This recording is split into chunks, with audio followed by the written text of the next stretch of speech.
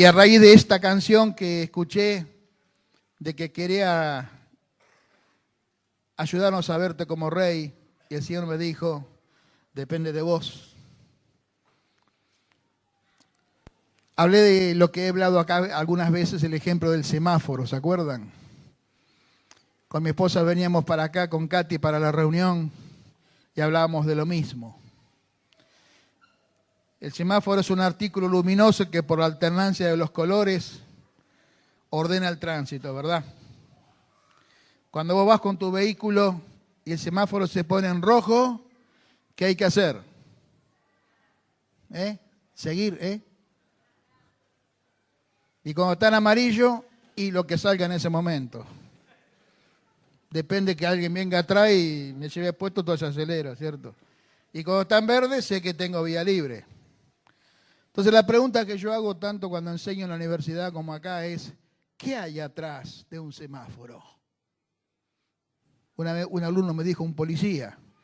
Ojalá. Quisiera verlo antes para que me prevenga, no después para que me castigue. Pero bueno.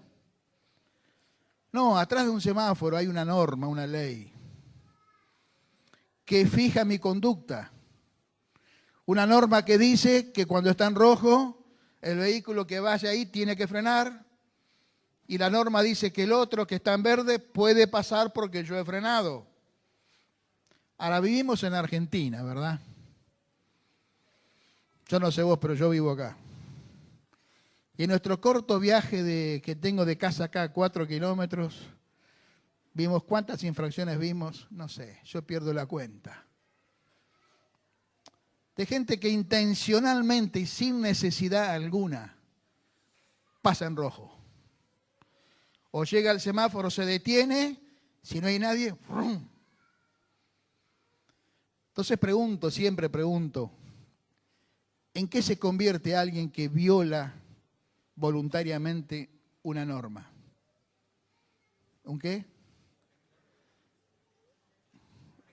Uno me dice un infractor, un asesino.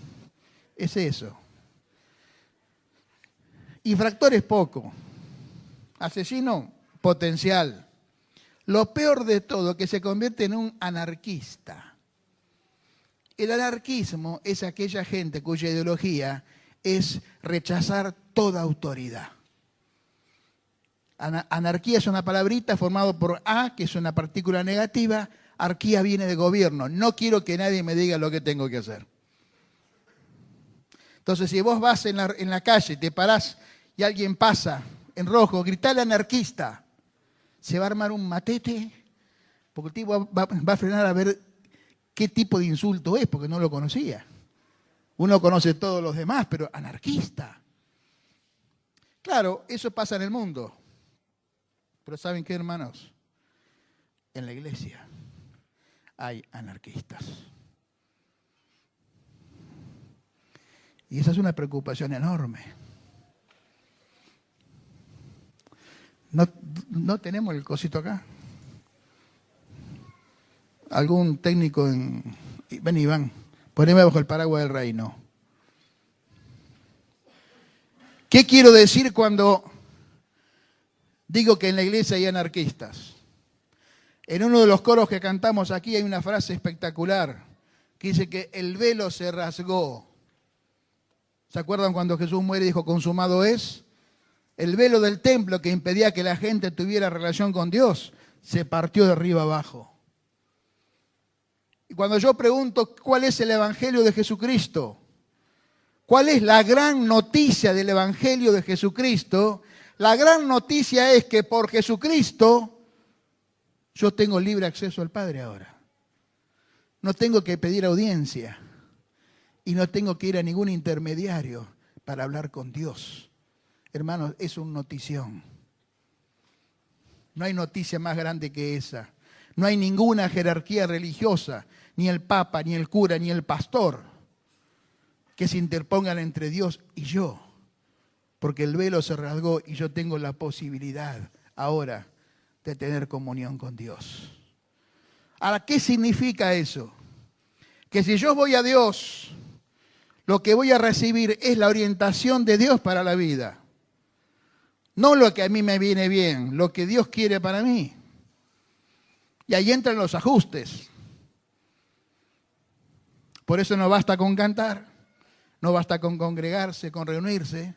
Lo importante es vivir conforme a lo que Dios quiere, porque el hecho de la muerte de Jesucristo en la cruz, lo que significó era que de un estilo de vida donde yo vivo de acuerdo a mis propias ideas, que pueden no estar equivocadas la mayoría o algunas, y yo decido qué es lo que está bien y qué es lo que está mal, la muerte de Jesús me pasa a mí a un estilo de vida donde quien decide mis motivaciones es Jesucristo.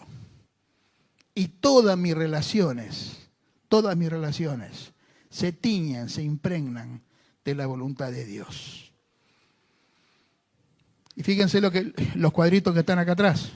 Los cuadritos, el redondel con los vectores, sectores. ¿Para quién trabajo? ¿Cómo trabajo? ¿Cómo formo mi familia?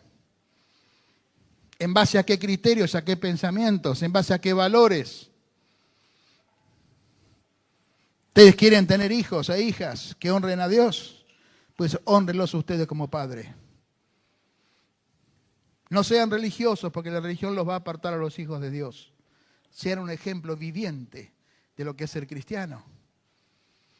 Hablen bien entre ustedes, esposos y esposas. Perdónense los unos a los otros, esposo y esposa, para que sus hijos vean cómo esto pasa. Ahora, los que creemos en esto, nos juntamos. Eso es la iglesia. Es la iglesia de Jesucristo. ¿Y qué es lo que hace la iglesia? Lo que vimos recién. Darle la bienvenida a Tatiana para que entre nosotros crezca y se forme conforme a la imagen de Jesucristo. La iglesia es el lugar donde los pecados son perdonados. La iglesia es el lugar donde los defectos son disimulados por amor. La iglesia es el lugar donde los pecados se confiesan y no hay vergüenza en ella, sino que hay reparación y reconstitución en Dios. La iglesia es el lugar donde todos nos reconocemos pecadores, que todos estamos en el mismo barco navegando y por eso podemos sostenerlos los unos a los otros. La iglesia es el lugar donde, como dije hoy, tus hijos son los míos y mis hijos son los tuyos.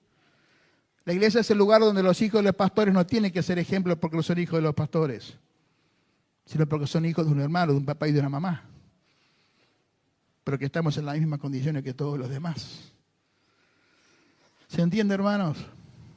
Ahora, yo también puedo tener una iglesia o buscar una iglesia que a mí me guste, que yo me sienta cómodo.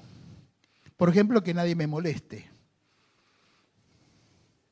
Y ahí está el gran error. Por eso digo, yo oro a Dios porque Dios me permite volver a la época cuando Jesús dijo, yo edificaré mi iglesia, para entender qué es lo que Él tenía en mente. Él no tenía en mente, y lo he dicho millones de veces, quizás no tantas, pero un poquito menos. Jamás pensó en un edificio. Qué curioso, ¿no? Que Jesús en 3 años ni alquiló un localcito. ¿No le llama la atención? Ni un mísero garage. Claro, llegó, estaba lejos del marketing, Jesús se perdió un seminario, no sé qué le pasó a este hombre. Porque su idea era otra. Absolutamente otra. Él quería ver que los que le seguían reflejen su imagen. No acá adentro. José el otro domingo estuvo duro. ¡Fa! Sigue estando duro, está poniendo duro. Para bien. Porque cuando nosotros decimos, como dice la Escritura, no dejen de congregarse como algunos tienen por costumbre, no es por el número de la gente que está sentada, olvídense de eso, porque nosotros sabemos dónde está nuestra gente, qué está haciendo. Es porque nosotros necesitamos estar juntos, porque el estilo de vida de la iglesia que está bajo el paraguas del reino de Dios está siendo atacado por la modernidad. nos hemos llenado de cosas o de actividades, nosotros y nuestros hijos. Cada vez hay más compromisos sociales, ¿o me equivoco? El domingo es el día de descanso. ¡Ja! Y a mí una vez me dijo que alguien me dijo que el lunes era el día del pastor. ¿El qué? Turno completo todos los días. No como pastor, como un hijo de Dios. Nuestros hijos van a la escuela y tienen la fiestita. Y la directora tiene la fiesta también. Y tenemos un compromiso, nos tenemos que acostar tarde. Para cómo somos argentinos noctámbulos y tangueros. Tangueros no, pero noctámbulos. ¿Y cuándo son los recitales? ¿El jueves a la noche? ¿Cuándo son? Sábado. Y terminan a las 9 de la noche. ¿Qué van a comenzar a las 9? Comienzan a las 11, a las 12. Entonces nos acostamos a las 5. ¿Vamos a la reunión? No. El problema no es la asistencia a la reunión, sino el compromiso que tengo con Dios. Eso se trata. Y de vislumbrar que el sistema de vida que tenemos atenta contra el concepto que Dios tiene de su pueblo y de su familia. Yo necesito verlos, hermanos. Necesito verlos.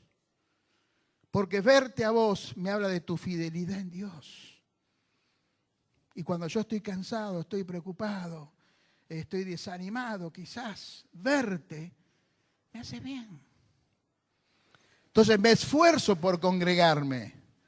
Nosotros seguimos diciendo, lo decimos hace muchos años, que la iglesia no es una cuestión de reunión, sino de relación. Cuando estuve en Bragado hace poco, ustedes saben, en un casamiento, y salimos del templo, después de la ceremonia estaba toda la gente, porque los novios estaban saludando en la esquina, lleno de gente ahí, y había una parejita que yo conocía. Es una actitud horrible, impúdica, indigna de todos, de esta parejita. Dentro, en el medio de la gente que yo saludaba, y estos dos estaban como si estuvieran casados. Y la verdad, no me pude contener. Así que pedí permiso, me hice paso entre la gente, llego hasta ellos, me miraron. Le dije a la chica, ¿me dejas hablar con fulano? Sí, cómo no. Y hablé con este muchachito. Gracias a Dios, el Señor me ha dado gracia, estoy madurando también. Y le hablé en este tono que les hablo a ustedes ahora. Le digo, ¿a vos te parece, fulano? ¿Cómo te comportás con tu novia? ¿Vos la amás? Sí. Entonces la tenés que respetar. Vos tenés que ver que los demás se asombran con qué dignidad y respeto vos la tratás. Tiene que ser una joya inmaculada. Porque lo que viene es esto y lo otro. Además, bueno, me puse a hablarle de esta manera, ¿no? Digo, ¿vos crees lo que yo te digo, lo aceptás? Sí, sí, sí. Bueno, también tenés que ir a hablar con ella para decirle que vos no vas a permitir que esto suceda más. Porque ella era muy querendona. Claro, cuando uno le habla así a un muchacho, puede esperar cualquier respuesta. ¿Saben qué me dijo este chico? Dice, Heriberto, nunca nadie me había hablado así.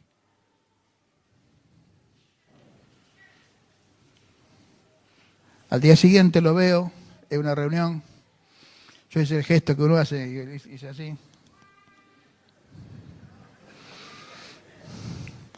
Diciendo, ojo que te estoy fichando, ¿eh? La manito para colectivo nomás. Y al día subsiguiente, cuando ya nos veníamos de este encuentro, alguien pidió que la gente orara por los pastores y vino este chico. Miren, hermano, se me colgó de los hombros, de los brazos, del cuello. Y lloraba, lloraba y lloraba. ¿Qué le hacía falta a él? Paternidad. No palo, sino orientación. La iglesia es el lugar donde esto tiene que pasar. Es decir, la relación no pastoral miembro, eso no me gusta, entre hermanos, tiene que ser una relación. Por eso insistimos tanto de que cada cual tiene que estar vinculado por los grupos de hogar. Hagan el esfuerzo. Prívense de una hora extra, hermano, Dios te va a sustentar. No te hagas problema, pero mantenete relacionado con la iglesia. Y de esa manera yo sé que cuando no te veo acá, no me preocupo porque sé que estás bien relacionado. Tenemos gente enferma, gente accidentada, gente que está descansando, gente que está estresada y se toma el fin de semana. El mundo moderno está distinto, pero estamos todos bien relacionados. ¿Para qué relacionados? Para ayudarnos a crecer. Para ayudarnos a crecer, a mejorar. Miren, hermanos, ser una comunidad de fe no es opcional para la iglesia de Jesucristo. Cuando uno llega a la iglesia se le acaba la privacidad y la intimidad. Y lo digo con cuidado esto, ¿no? Lo digo con cuidado. Jesús en un momento estaba con sus discípulos. Era un día de calor, mucho polvo. Estaban sentados. Muchos conocen la historia. Trajo una palangana, una toalla y dijo, muchachos, les voy a lavar los pies. Lavar los pies en esa época era un gesto que hacían los esclavos o los sirvientes para las visitas que venían y el dueño de casa le decía refrescarle los pies. ¿Vieron qué lindo que cuando uno está caminando mucho meter los pies en agua? En esa época era peor. Había piedritas que se metían abajo de la... ¡Oh! Era un gesto que el sirviente hacía hacia los señores. Jesús era el Señor. Y él dice, les voy a lavar los pies. Y ustedes conocen la historia. Pedro, siempre sin redes y sin anestesia, dijo, no me vas a lavar los pies jamás. Vos no. Y yo le dije, Pedro, está bien. Pero te aviso que si no me dejas que te lave los pies, no tendrás parte conmigo. Ay, Pedro se asustó. Dijo, bueno, lavame los pies, la cabeza, todo. No hace falta, Pedro. Y Jesús le lavó los pies a los discípulos. ¿Y qué les quiso decir? Lo que les dijo después. Ustedes me llaman Señor y Maestro y dícenlo bien porque lo soy.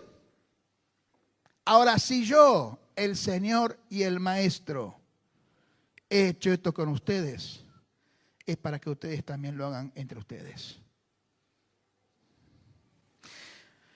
Hay una congregación que yo conozco donde una vez por mes hacen lavado de pie de verdad. Una costumbre, ¿cierto? Que ya no está para nuestra época. Ese día todo el mundo va con los pies ya lavados de antes por las dudas, ¿no? Y con las medias sin ningún agujerito para no pasar papelón. Está bien. Ahora, ¿qué significa el lavado de pies? Que yo debo hacerte sentir bien. Que mi relación con vos tiene que ser para vos un descanso. Y cuando yo estoy con vos, yo me sienta un bálsamo. Qué lindo, estuve con mi hermano, estuve con mi hermana. Ahora, estamos aprendiendo a hacer eso. ¿Dónde aprendemos? Acá. No digo acá en el salón, ¿no? En la iglesia de Jesucristo, en la relación personal. Nuestra hermana Emi, que se bautizó, ¿se acuerdan? El domingo pasado. El lunes la acompañé a la escribanía y después al ómnibus para irse a San Luis. Ya consiguió un alquiler, está contenta. Pero cuando fuimos a buscarla con Katy a la casa en Castillo, para después llevarla al ómnibus y esperábamos, ella no paraba de dar gracias a Dios. Una alegría por haberse encontrado con la familia de Dios. Toda su familia. La familia del papá de sus hijos. Todo es un desastre. Malas relaciones, odios, incomprensiones. Una cosa espantosa Dice, pero cuando yo conocí la iglesia, descubrí lo que nunca en mi vida había visto. ¿Y qué es lo que descubrió? A Cristo. ¿A Cristo a dónde? Y en el trato, en el servicio, en la atención, en el cuidado, en la consideración, en el consejo. Ahora, ¿todos somos iguales? No, estamos creciendo. Estamos creciendo.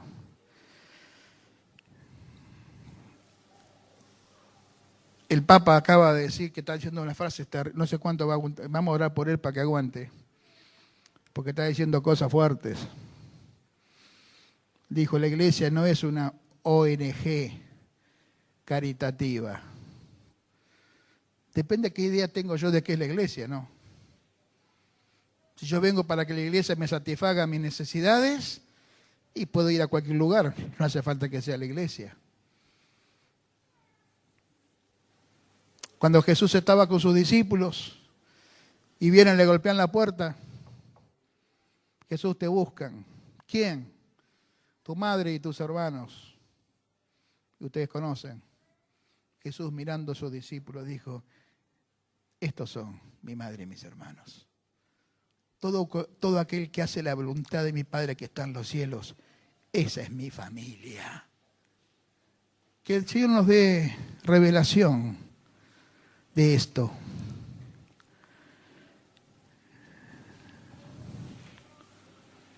En el Nuevo Testamento hay 250 veces que se usa la palabra hermanos. No son pocas. Se usa la palabra hermanos en el sentido bíblico de la época de lo que significaba ser parte de la familia de Dios, donde se recogían los menesterosos.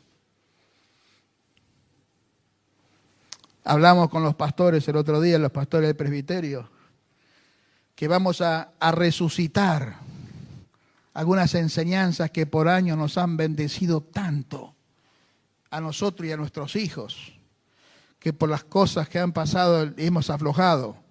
Por ejemplo, acerca del noviazgo. ¿Qué es el noviazgo? Y ya ni sabemos. ¿Y por qué lo vamos a hacer?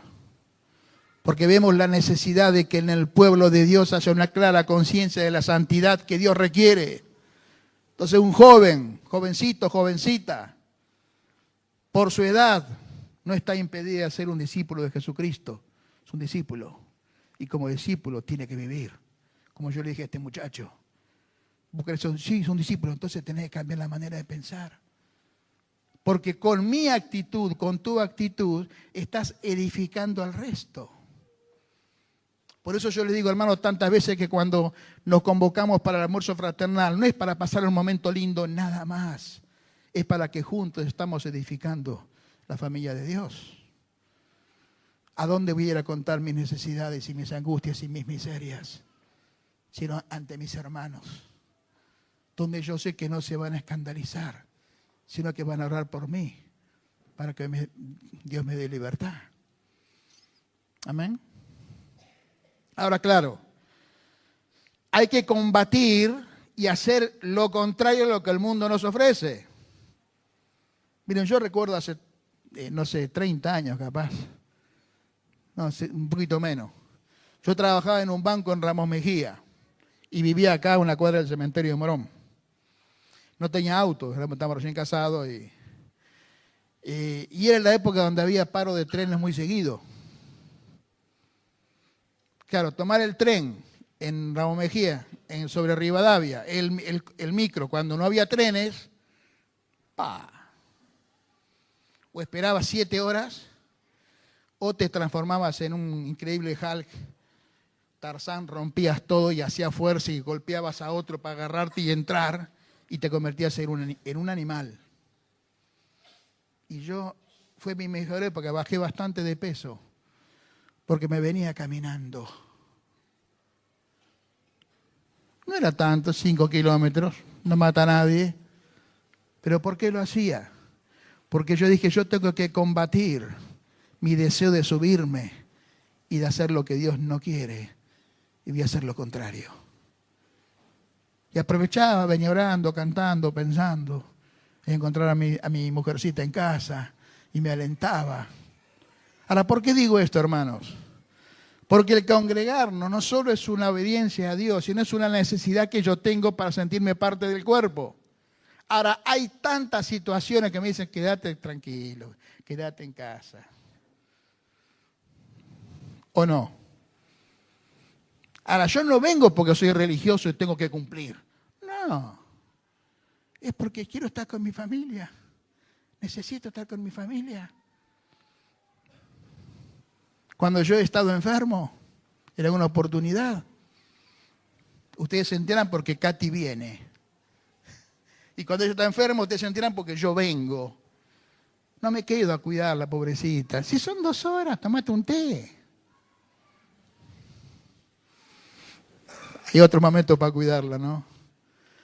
Me refiero que con qué facilidad nos podemos acomodar. Y esto lo digo, hermanos, como un llamado de atención y de emergencia. Hay que combatir al enemigo cuando nos quiere tirar a menos. Por eso tendríamos que hacer los festejos los viernes. Así el sábado estamos despiertos. Muy bien. La iglesia implica que perdemos el individualismo, no la individualidad. ¿Qué quiero decir con esto? Que cuando yo estoy en la iglesia conforme a lo que Cristo quiere, dejo de pensar en mí para pensar en vos. Y viceversa, vos dejas de pensar en vos para pensar en mí como hermano. ¿Y por qué digo que no pierdo la individualidad? Porque mi persona, con los dones y gracias que Dios me dio, se vuelca a tu servicio. Y viceversa. Pero ¿por qué digo el individualismo? Porque dejo de pensar en mi ganancia al estar entre ustedes. Nosotros mucho tiempo hemos hablado de que estamos unidos por coyunturas. Y es verdad. Lo dice la palabra, ¿no? Unidos por las coyunturas que se ayudan mutuamente, vamos creciendo. Ahora, ¿saben cuáles son los ligamentos? ¿Y cuáles son lo que cubren las coyunturas? Son los ligamentos. Y los ligamentos son las actitudes que nos relacionan. Por eso, hermanos, termino con esto. Crezcamos en el amor. No somos perfectos, ni mucho menos. Estamos creciendo. En la congregación a la que fui esta mañana, volví a preguntar, si alguno te ofende, ¿qué tenés que hacer? ¡Pah! ¿Y saben por qué hago siempre esa pregunta? Porque es clásica. Porque si yo estoy bajo el paraguas del reino de Dios y no hago lo que Jesús dice, me convierto en un anarquista. No quiero que el Señor me gobierne. Hago lo que a mí me parece. El mayor pecado del hombre es que el hombre se transforma en su legislador. Yo soy la ley. ¿Qué es lo que hace el que viola el semáforo en rojo? Está diciendo, no me importa, yo soy la ley. Yo decido que está bien, yo paso. Muy bien. Lo que yo he comprobado y sigo comprobando cuando viajo por allí es que la iglesia no conoce la ley de Jesucristo. Y me asusta. Porque si es la iglesia de Jesucristo, deberíamos saber qué hacer. Si alguien te ofende, dijo Jesús, sentate y espera que el otro venga a pedirte perdón.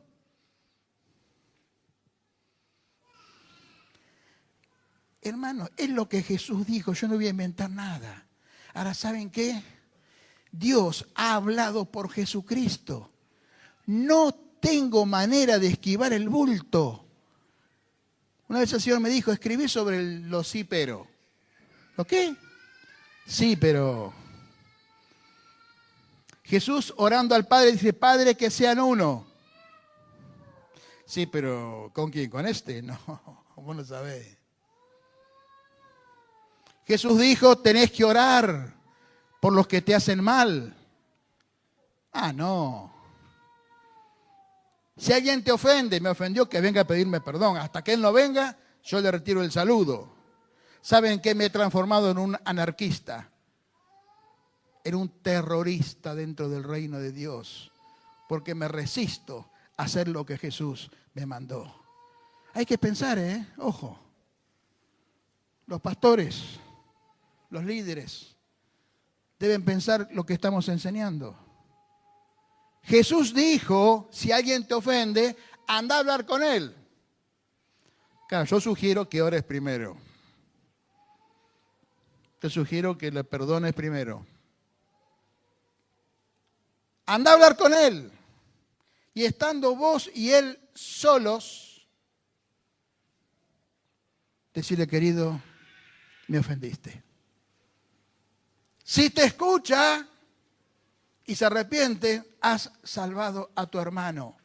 Ahora, ¿se dan cuenta lo que quiere decir esto, lo que dijo Jesús? Que no es para que yo tenga una satisfacción personal. ¡Ja! Viste, me pidió perdón. Es por amor para salvarlo a él y sacarlo del error. Por eso cada uno de ustedes es un edificador del cuerpo de Cristo. Amén. Hay que tomarlo en serio. Si no, yo puedo estar en la iglesia del reino de las tinieblas, canto corito, levanto las manos, pongo la frente, lo que sea, pero sigo pensando en lo que yo quiero. Y Jesús me importa poco. Por eso cuando el predicador del Papa canta a la mesa dijo que Cristo estaba ausente de la sociedad, pero también de la iglesia, yo dije, ese hombre tiene razón. Porque hoy la iglesia de Jesucristo tiene que volver a Jesús. Nosotros tenemos la desgracia, por así decirlo, de que se nos pegaron los términos religiosos. Y cuando hablamos iglesia pensamos en esto. E ir a un lugar, sentirme bien. Cuando Jesús dijo, vayan y hagan discípulos. Hagan discípulos, hagan. Es construir, edificar, incorporar la verdad para que luego se muestre. Entonces nosotros somos discípulos de Jesucristo. Y hermanos los unos de los otros. Y somos condiscípulos, es decir, nos ayudamos los unos a los otros a llegar a tener la imagen de Jesús. Amén. ¿Saben qué es lo más apasionante de esto? Es que es posible. Yo un día me puse a pensar, Señor, tu iglesia es posible. Porque parece que fuera todo muy romántico, ¿no? Muy perfecto. Hermano, la iglesia de Jesucristo no solo es posible, es. Y somos nosotros. Amén. Por eso podemos llorar con el que llora. Podemos alegrarnos con el que se alegra. ¿Saben que es más fácil llorar con el que llora que alegrarse con el que le va bien? ¿No? ¿Cuánta libertad y alegría te da cuando vos llegás al punto de alegrarte de verdad porque al otro le va bien?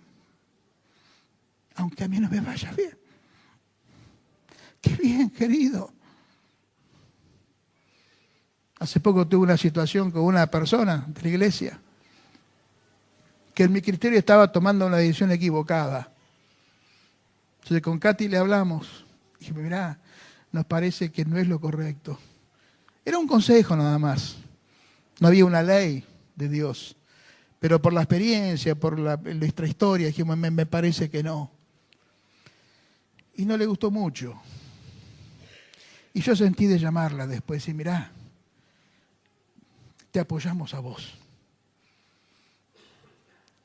Para nosotros la decisión no es lo mejor, pero te apoyamos. Le cambió el ánimo, le cambió la historia. Es como cuando un hijo toma una decisión que no es la mejor según nosotros. Sigue siendo nuestro hijo. Con decisión equivocada y todo. Siempre orando para que el resultado sea bueno, pero te apoyamos. Amén. Hermanos, la iglesia es algo para disfrutar, no para soportar. Amén. Hablaba con otra persona el otro día y yo decía, hoy cuando fui acá a esta congregación, me presentan con todo el currículo y a mí me molesta tanto. porque Heriberto es Heriberto es lo otro, Heriberto y Crisólogo venía conmigo. Así que yo aclaro la situación, digo, miren, yo tengo varios círculos de actuación, pero sin la iglesia yo no puedo respirar. Porque la iglesia es la expresión de Dios sobre la tierra. Y yo puedo hacer laboralmente cualquier cosa para vivir. Pero iglesia tengo una sola, que es la de Jesucristo. Amén.